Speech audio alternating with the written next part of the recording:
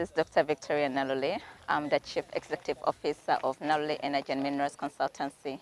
NEM Energy, it's an international consulting firm, and we do lots of work with respect to oil, gas, energy transitions, climate change, and the mining sector. We have just reached the Kingfisher oil field, and here they're going to take us through the developments at the Kingfisher. This is Hoima, Uganda, where the oil and gas exploration are taking place. Behind me is Lake Albert, and we're at the Kingfisher oil field. So I was still talking about the different advantages of oil and gas, but however, you can also not forget about the disadvantages. We've had many climate change activists, especially when they're talking about oil and gas developments in Uganda. They always refer to the issue of the negative impacts associated with developing the resources. That there is potential for negative impacts, but also positive impacts on the environment due to the oil and gas operations. So as a government, even before we started this intense activity, we thought long and hard about the need to ensure environment protection, starting from our policies, our laws, and the frameworks in place. So we do have a number of frameworks that are specifically in place to guide our regulation of environment protection, to ensure environment protection during the oil and gas activities.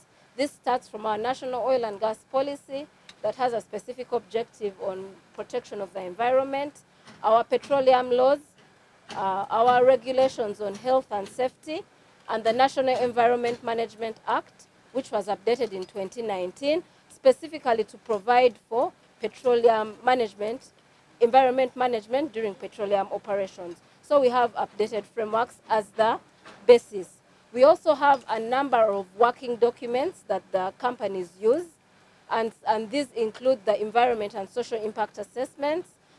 Each and every project, each and every activity requires an ESIS certificate before they can move on to the development. So our projects have all gone through individual environment and social impact assessments, and the certificates were issued between 2019 and 2020.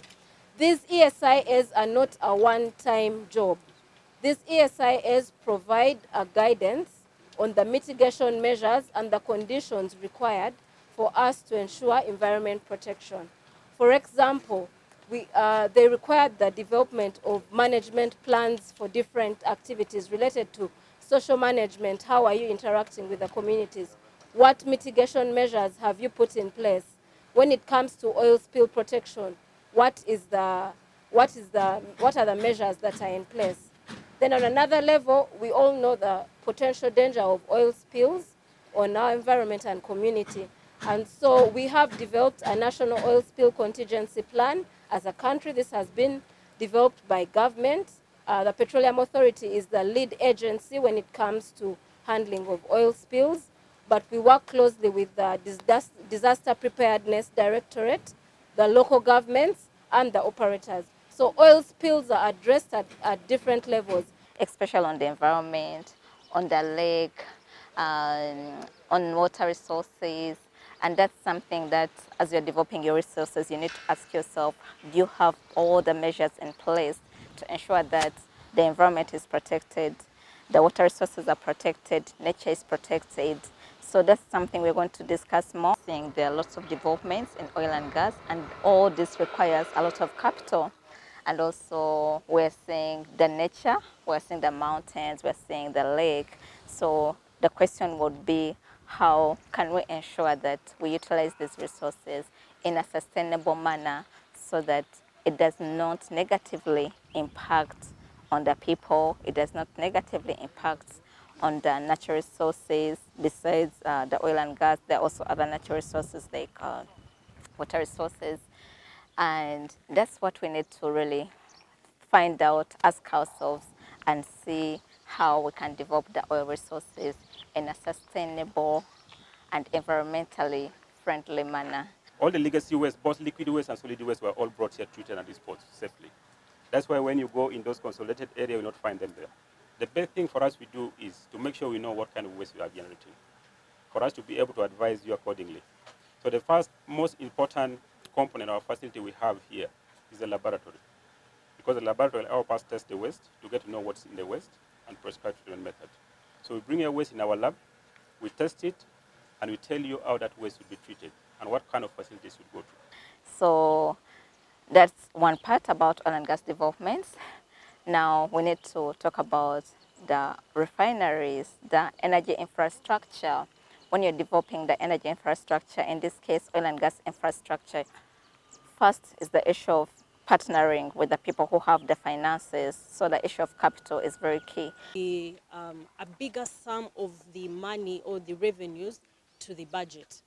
And for that reason, we try to make sure that the country does not rely only on the oil and gas revenues. We've seen other countries that have solely relied on oil and gas and have collapsed. And so to ensure that there is broad-based economic growth, even as we have the blessing of oil, we look at how other sectors are able to benefit from the oil and gas industry. So we've studied, at the moment we have looked at about 10 sectors that have a potential of quickly being enriched by the oil and gas sector. And these include the health sector, tourism, we have housing and land use, we have ICT, we have education, to mention but a few, but there are about 10 of these. But also you need to think about the social aspects of developing the energy infrastructure. Where exactly will it be? Where will it be located? Are there people who are going to be affected? If there are people who are going to be affected, have they been compensated? And then the other issue would be, where is the oil infrastructure going to pass? If it's an oil and gas pipeline, where exactly is it going to pass? Why did they come in this place and not Nakasongola, and not in Mbale, and not in Gulu or somewhere in Mubende, but this particular place? This particular place was chosen because, as we know it from our basic geography, there is something we call, earth movement that creates what we call a graben and a host block. The host block is something like an escarpment. You can see this escarpment route. I have mentioned earlier on that as we are coming down, we were moving through those meandering roads. Those meandering roads never used to be there. We used to move from up there about 10 years ago from the escarpment. It would take us about 2 hours to go down the flats.